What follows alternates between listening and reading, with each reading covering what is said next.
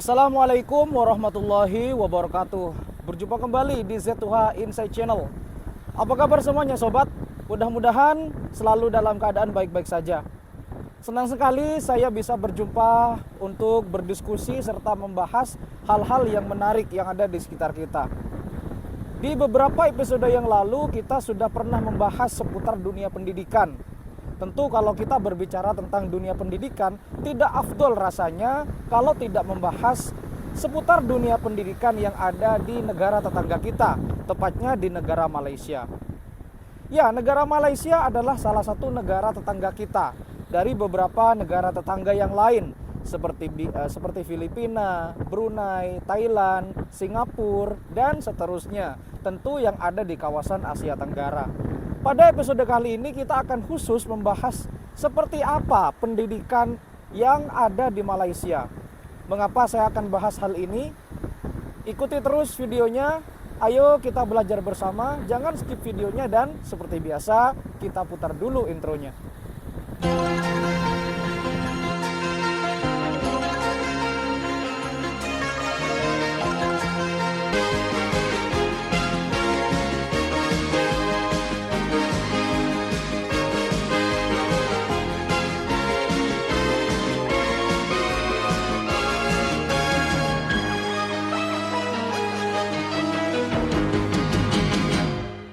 Setiap negara di dunia pasti menginginkan pendidikan yang terbaik bagi seluruh rakyatnya.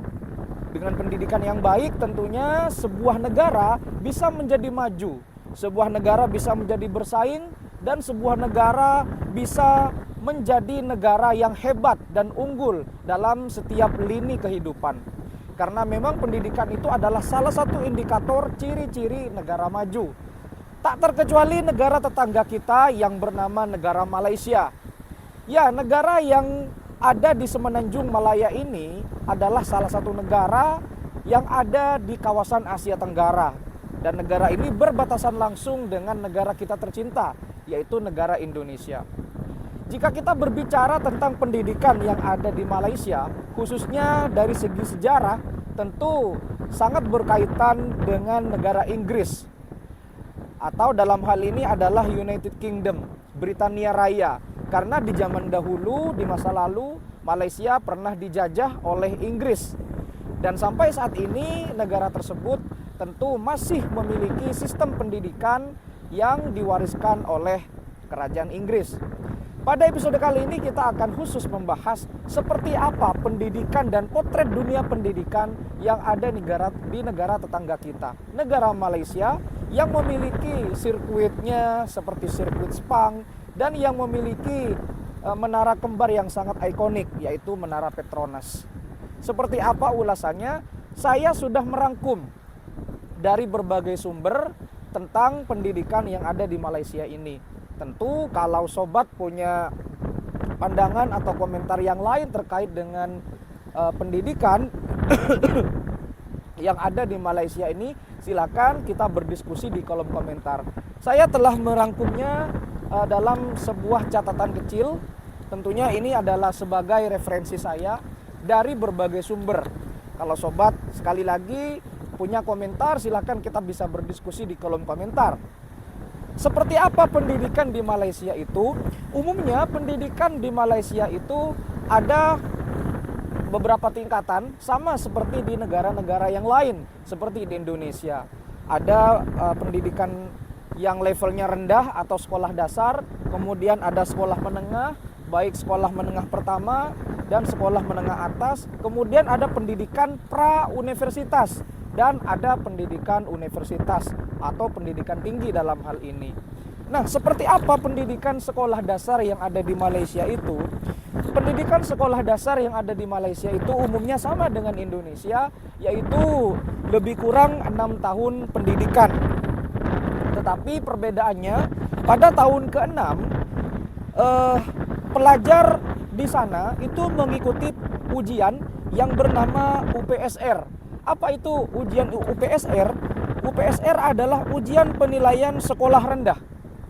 Jadi ujian penilaian sekolah rendah itu adalah apabila siswa lulus itu dapat melanjutkan sekolah menengah. di mana sekolah menengah di Malaysia itu terbagi menjadi beberapa tahap. Yang pertama ada tahap 1 sampai 3 itu menengah rendah, kemudian 4 sampai 5 adalah menengah atas atau lebih dikenal dengan Form 4 to 5. Dan di sana pelajar ditawarkan program khusus seperti sains, sastra dan juga teknik. Jadi seperti itu kalau pendidikan sekolah dasar di Malaysia. Sama seperti Indonesia, 6 tahun, kemudian di tahun yang ke-6 mereka akan mengikuti ujian yang bernama ujian penilaian sekolah rendah. Kalau mereka lulus, mereka bisa melanjutkan ke sekolah menengah pertama, di mana sekolah menengah pertamanya juga terbagi menjadi beberapa level. Level yang pertama adalah menengah rendah dan menengah atas.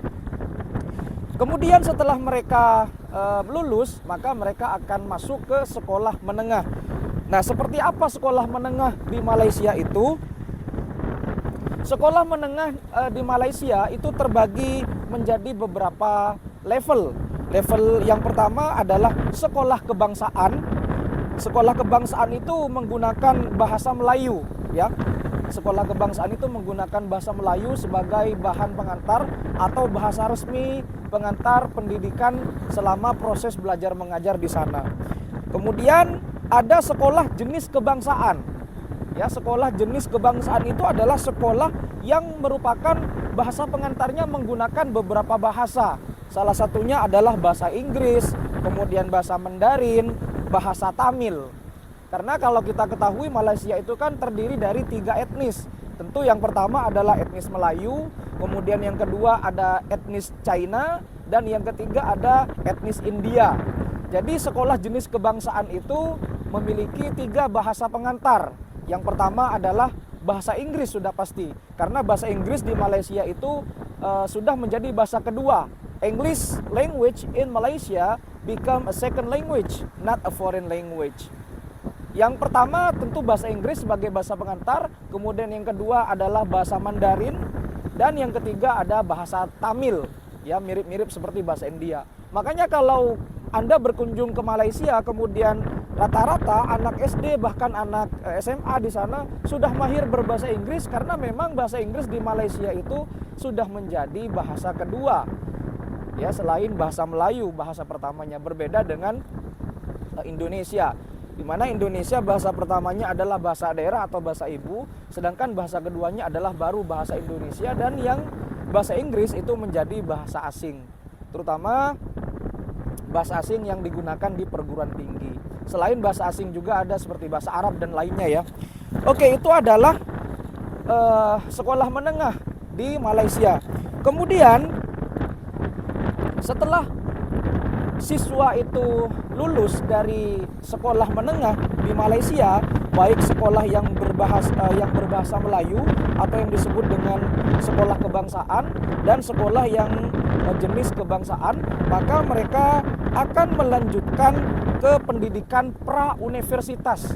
Jadi sebelum mereka masuk ke perguruan tinggi atau universitas, mereka harus mengikuti pendidikan pra-universitas atau sebelum masuk perguruan tinggi. Ini berbeda dengan negara kita, ya. Nah, kita bahas hal ini. Apa yang disebut dengan pendidikan pra-universitas di Malaysia?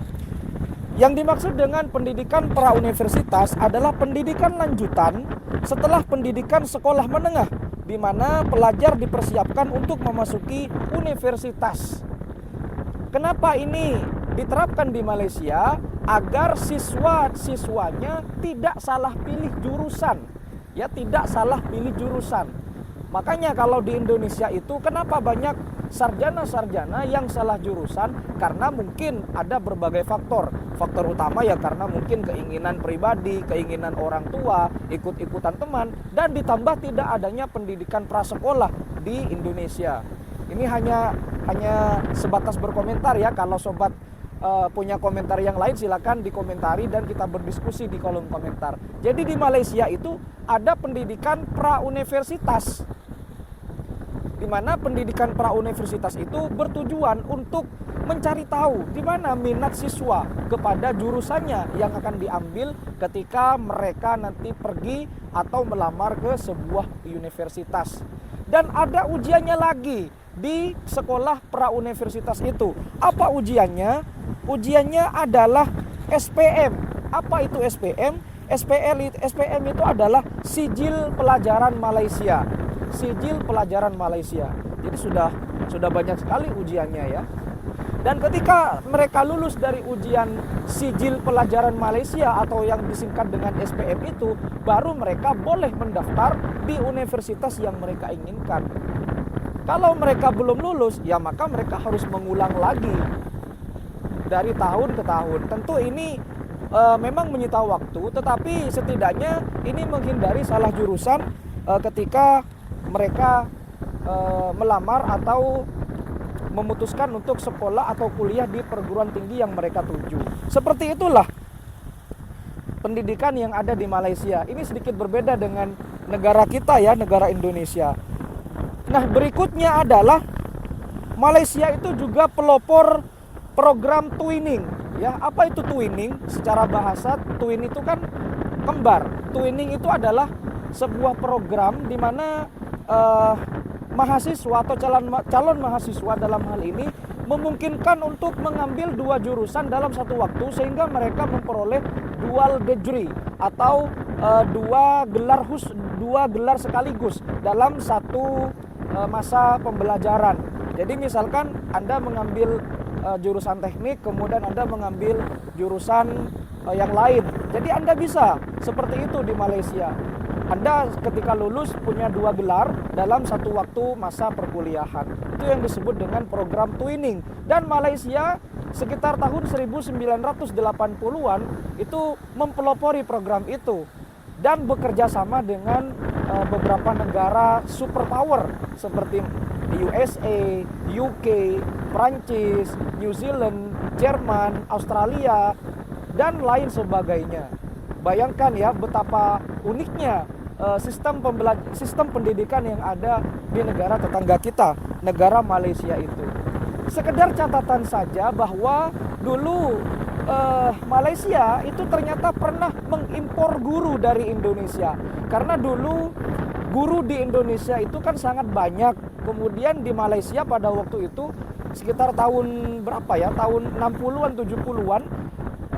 Malaysia itu pernah mengimpor guru dari Indonesia karena di Malaysia kekurangan tenaga pengajar dalam hal ini adalah guru, sehingga banyak guru-guru dari Indonesia yang ditugaskan ke Malaysia.